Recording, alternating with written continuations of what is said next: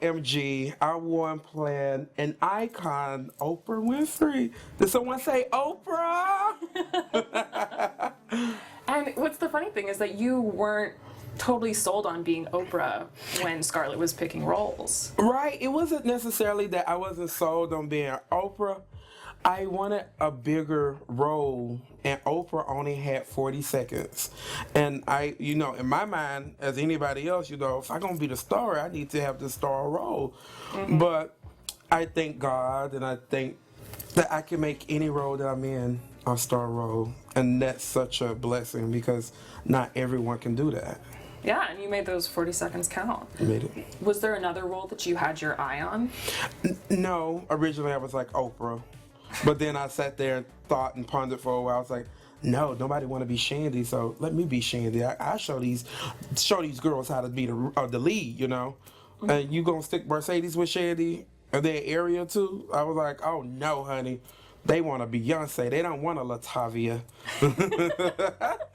So when it came down to Brooklyn, you, and Evie, did you think that you were going to win? Because they both pulled out great performances too. I actually thought I was in the bottom standing up there. Oh, wow. Akira was just like, girl, calm down. That's why I was just like, oh my goodness, the whole time. Like, oh my goodness, I'm in the bottom. I immediately started thinking of the lip sync song. And I was like, I'm about to have to lip sync for my life. And I was like, girl, get ready, get ready, get ready. And so the first thing like Ross said was to me, I don't think it was on camera because I had to rewatch. I always rewatch the next day. He was like, how does it feel to be in the top? And I was like, like a sigh of relief. I was just excited to be in the top and to be judged for the first time in front of the judges because I haven't had that opportunity. And so... Right, because you've been doing really well on the mini challenges. The mini challenges, but the main challenges I've always fallen, I won't say short because my team has always won since this point, but I just didn't hit that mark. And then here you are. Here I am. Yeah, and you had a really sweet moment with Vangie on Untucked because she was kind of helping you get through this week, and then you helped her when you found out that actually you weren't in the bottom, but she was. Mm-hmm. So, what went on that week with you guys? Can you tell us about it? What happened was we did a run through of the musical. We do a dress rehearsal, then we actually run it. And during the dress rehearsal, I was kind of in my head as Oprah. I didn't give my full self the way I should have, and Giannis had noticed that, and he ran to the back as we were about to run it and he's yelling at me. Giannis is just like, you have Oprah, you're everything, everybody's gonna love you, I've given you this choreography, you do choreography. He was saying all of this, and Vangie pulled me over to the side, and she actually started crying, and she was just like, you said you was doing this competition because of your grandmother, and you wanted to do a better life for her, and you wanted to support her, but right now, you're going to disappoint your grandmother because you're not being your full self, and get out your head, and just live in the moment. And I went out there and gave a great performance, and I have to credit my win to her and Giannis for that. And so, being on top, I think one thing that is missing in drag, and that's going to be the death for drag, is sisterhood. I don't think that we support each other enough.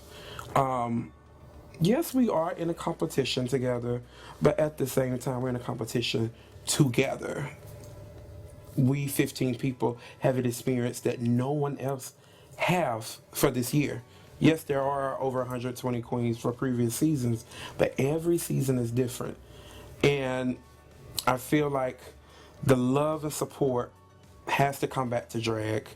And once that love and support is there, drag will be unstoppable. Wow. Yeah. Especially because we weren't seeing a lot of that sisterhood, especially with you, in the first couple episodes. And that's so unfortunate. Because regardless what anybody say, what you didn't see, I was sister-like. The first episode, after choosing everybody, I went and introduced myself to everyone and actually chatted with everyone. How are you doing? My name is Silky. Because I only knew going into the competition, Brooklyn, Akira, Nina West, and Vangie. Those were the only girls I knew. I had to learn everybody. And I went and I said, how do you feel about, the person that I gave you? And did you like it or did you not like it? I just did it based on, what you gave coming into the competition. And so that's the unfortunate part that people didn't see about me. But I'm grateful to be on the show. But, the great thing about being on the show, you get to see all sides of an individual. So the first episode, you got to see the fun, crazy Silky. Uh-huh. Then the second episode, you get to see the unapologetic, the never scared Silky. Got naked, honey. Then the third episode, which was last week, you got to see the Silky when she wasn't most comfortable. And this episode, you get to see the beauty of me, which is the supporting Silky that I am. And I think that's what we, the fans and the audience, have to realize. Like, we're human beings. We're all human beings, and we're all, a part of this show. But each episode is going to show something different that you've never seen before. Looking back, why do you think that some of the girls reacted to you a little strongly in like episode 1 and episode 2? Had they just not gotten to see those other sides of you yet? No, they saw those sides of me. But drag has changed. I was growing up in drag where drag was literally like a sisterhood. Even though the show is on stage, the real show is in the dressing room, having a fun time, kikiing, laughing, uplifting one another.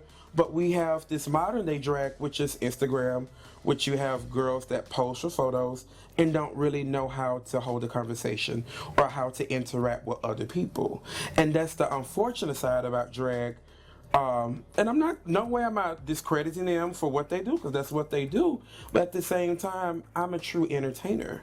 I'm the girl that had 800 followers on Instagram, and look at me now, Like, I'm steadily rising and rising. And I think that we both have something to learn from one another. Yes, I need to learn more of what they do. Like, honey, y'all are sickening. Y'all take a sickening photo, and your angles. You know how to capture the light. Beauty and elegance. Which I know that, but I know it from like a pageant perspective.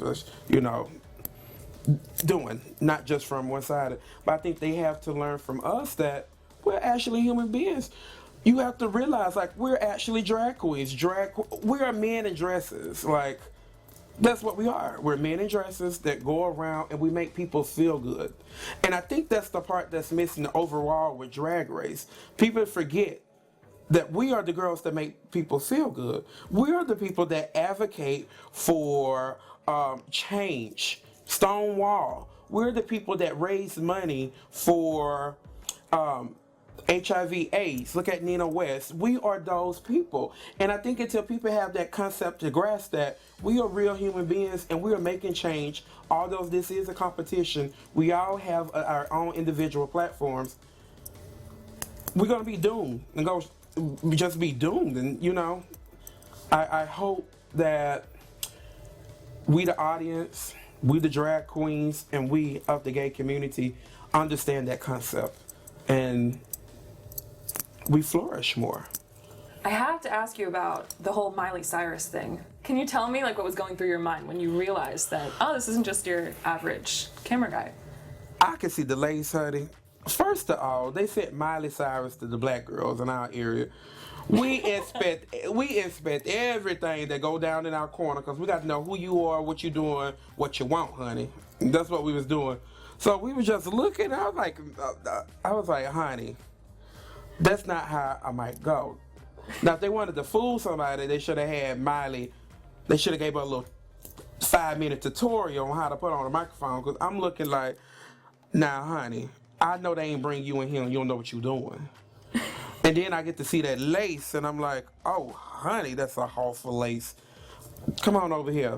How you doing? Come on over here. Let me inspect you a little more. See what you got going on. That's how me and Akira got her. What was it like to have her piggybacking? It was amazing. Contrary to popular belief, before I did anything, I asked first. So I was like, Miley, what you got on my back? And she lived for it. That's the beauty of drag. Like, she was living for the shenanigans. That's what drag is about. Yeah. All the fun shenanigans. If you come to my show and you come to the backstage, I'm gonna treat you just like you're one of us. I don't care how famous you are.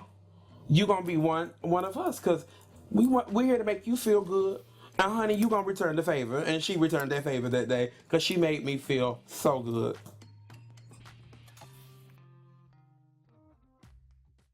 If you love that video, you're gonna love everything on the Access YouTube channel. So hit the subscribe button. You can thank me later. Hit it.